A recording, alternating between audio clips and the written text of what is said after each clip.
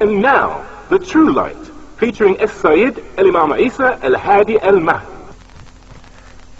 Yeah, I used to be down with the Nation of Islam, but Imam Isa, I got a few questions I want to ask you. I wrote down before I got here. One of them, like, how do you really feel about the Nation of Islam under Minister Louis Farrakhan? Assalamu alaikum wa rahmatullahi ta'ala wa barakatuh. Bismillahi ar-Rahmani ar-Rahim. Begin all things with the illustrious name of Allah, the Yielder, the Most Merciful. I'm glad I finally got down to someone asking me this question directly, so it's not misinterpreted and misunderstood. As far as the Nation of Islam, as the followers of our great leader, the most honorable Elijah Muhammad, I feel that it was the best thing that has ever happened to the black man in America and eventually the whole world, when me and Minister Louis Farrakhan, who are now presently in dialogue, can come together as brothers for the benefit of our people. I feel that the work that the Honorable Elijah Muhammad did, may Allah be very pleased with him, over all of these years, was for one purpose and one purpose only, and that was the upliftment of a dormant yet great nation of people, whom he referred to as the tribe of Shabazz, the lost but now found. And I refer to as Ishmaelites. When they say Shabazz and I say Ishmaelite, we're saying the same thing. Both times it's referring to the same nation, who are the gods of the planet Earth. I feel that Minister Louis Farrakhan has been betrayed many times. What do you mean when you say Minister Louis Farrakhan is being betrayed? For instance, I remember a tape when Minister Louis Farrakhan came back from Mecca from Hajj, and he was very happy that he encountered a young American Muslim who was a student of Arabic over.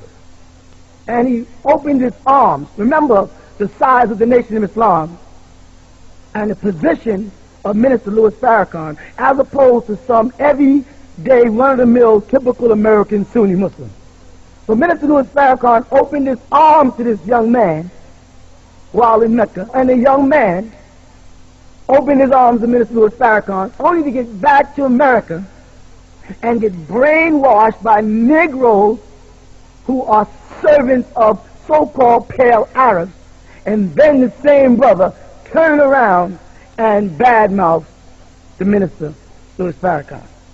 I think these things are dangerous, and I think that is a form of betrayal of your own people, the same way that Judas betrayed Jesus.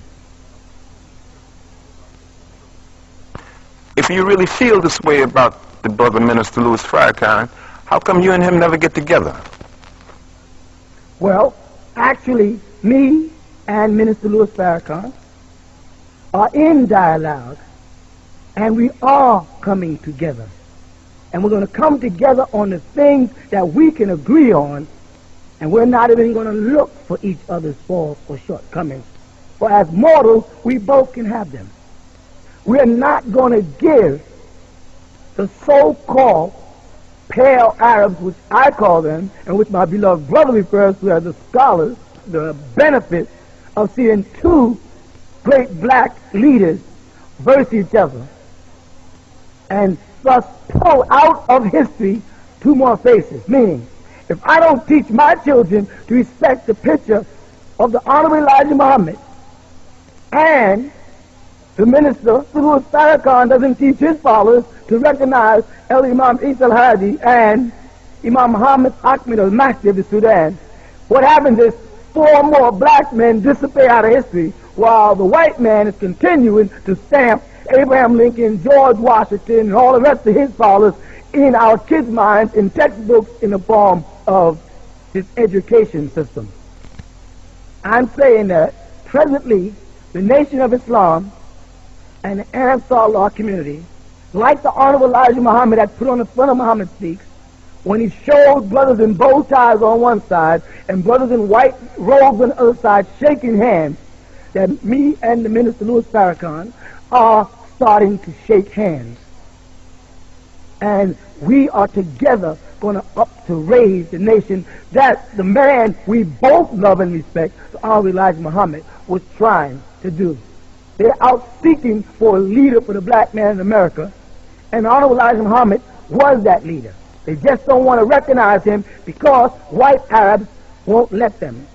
And let me tell you what I feel about these pale Arabs. Like Minister Louis Farrakhan, I heard him in a speech, he's not concerned with white Arabs or scholars telling us who our leaders are, what we should educate our children with, how we should educate our children, when we should educate. 40 years ago, or way back in 1930, when the Nation of Islam was being born, pale Arabs were still living in the desert bush and was ignorant of their own teachings, while teachings about the original black man, being the Asiatic black man, maker, owner, and cream of the planet Earth, was being taught to the lost found in America. Now, if I sound like I'm in the Nation of Islam, I was never a follower as a student enrolled in the Nation of Islam, like many Sunni Muslims fabricate. But I would be honored to follow a man as great as the Honorable Elijah Muhammad, after having traveled the Muslim world extensively and see how Muslims in Egypt, Sudan, and all other parts of the world can't unite blacks in their own countries. Right in Sudan, there's many different black tribes, and the only one that could unite them was Muhammad Ahmed al-Mahdi, alayhi salam. After him, all kind of confusion. So for a man to be able to unite black men from all walks of life under one banner, he is a great man. And that great man is the Honorable Elijah Muhammad. And if Minister Louis Farrakhan is walking in the footsteps of the Honorable Elijah Muhammad, then I am going to respect him.